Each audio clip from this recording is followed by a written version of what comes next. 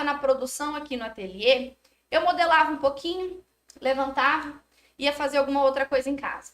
Modelava mais um pouquinho, levantava, ia fazer outro negócio. Ah, às vezes, gente, vocês têm uma ideia, eu ficava tão desorganizada com o meu dia a dia, com a minha rotina do ateliê, que eu esfregava esses armários de casa, limpava a casa o dia inteiro por procrastinar, para ficar deixando para depois o fato de eu modelar, de eu fazer as minhas encomendas, de eu atender os meus prazos.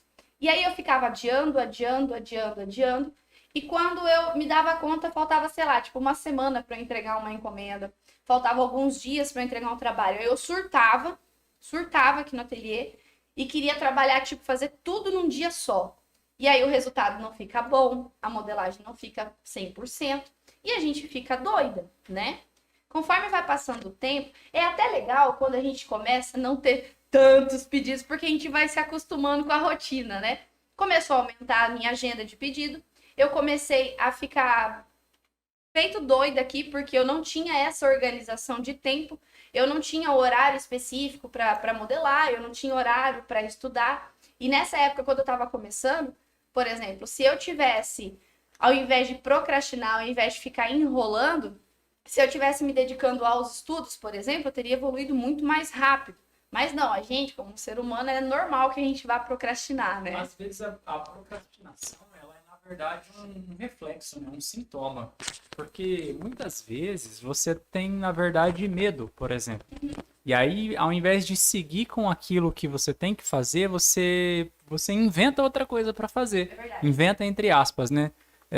Um exemplo, não que, nessa época, né, não que a casa não precisasse ser arrumada e tal, mas só que a casa tava limpinha, tava ok, não precisava ser arrumada naquele momento, mas a Carol preferia achar todo o canto de sujeira que tinha, porque na verdade ela tinha medo de se decepcionar às vezes com o cliente, e aí ela ficava enrolando e colocando outras coisas no lugar. Que muita gente às vezes chega pra mim, pra Carol, e fala assim: ah, eu gostaria de fazer o biscuit, mas eu não tenho nenhum tempo para fazer.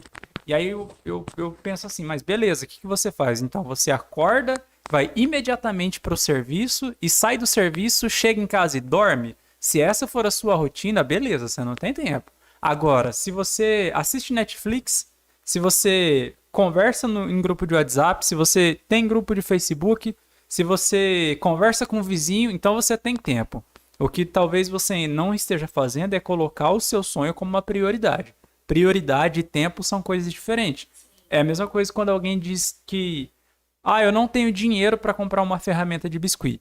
Tem pessoas que realmente não têm dinheiro, sabe? E eu entendo a situação. Agora, se você come pizza, você tem dinheiro. Entendeu? Então talvez essa procrastinação seja, na verdade, uma desculpa, né? Não todos os casos, é claro. A gente não está aqui para julgar ninguém, né? Mas alguns casos pode ser uma desculpa, um reflexo, por medo de de não dar certo, de se decepcionar, de se frustrar, né? Eu fazia muito isso, sabia? Eu preferia, por exemplo, no começo, fazer qualquer coisa diferente do que, às vezes, tentar fazer uma encomenda. Porque, igual, por exemplo, chegava o cliente, aí ele me pediu uma escultura específica, X lá, uma peça que eu nunca tinha modelado. Ao invés de eu tentar, de eu começar, de eu já dar início naquilo, porque a gente tem prazo para entregar as encomendas, eu ficava procrastinando, igual o Luiz falou, porque eu tinha medo de me frustrar e não conseguir modelar aquela peça. E aí, eu, ao invés de estudar, me especializar, eu ia caçar qualquer coisa do mundo para fazer. Tipo, eu ficava faxinando coisa que já estava limpa aqui em casa. Quem aí tá modelando? Manda para mim que eu quero saber. Quem tá modelando e para, levanta, vai fazer qualquer outra coisa e fica enrolando e volta só depois, já quando o prazo tá apertado. Para quem já modela, né? Para quem não modela ainda, já é bom que assista a live, que não vai começar mais fazendo esse erro. E eu procrastinava, porque eu tinha medo. Eu tinha medo de não conseguir, de falhar e tudo mais. E dar prioridade é algo muito, muito importante. Quando você prioriza algo, você transforma toda a sua jornada. Por exemplo, ver o seu ateliê como algo sério, que precisa do seu tempo e da sua dedicação, é algo que vai transformar verdadeiramente o que é o seu ateliê, o que é o seu atendimento aos clientes, o que é a sua modelagem em si, porque você também vai estar estudando, você também vai estar se aperfeiçoando.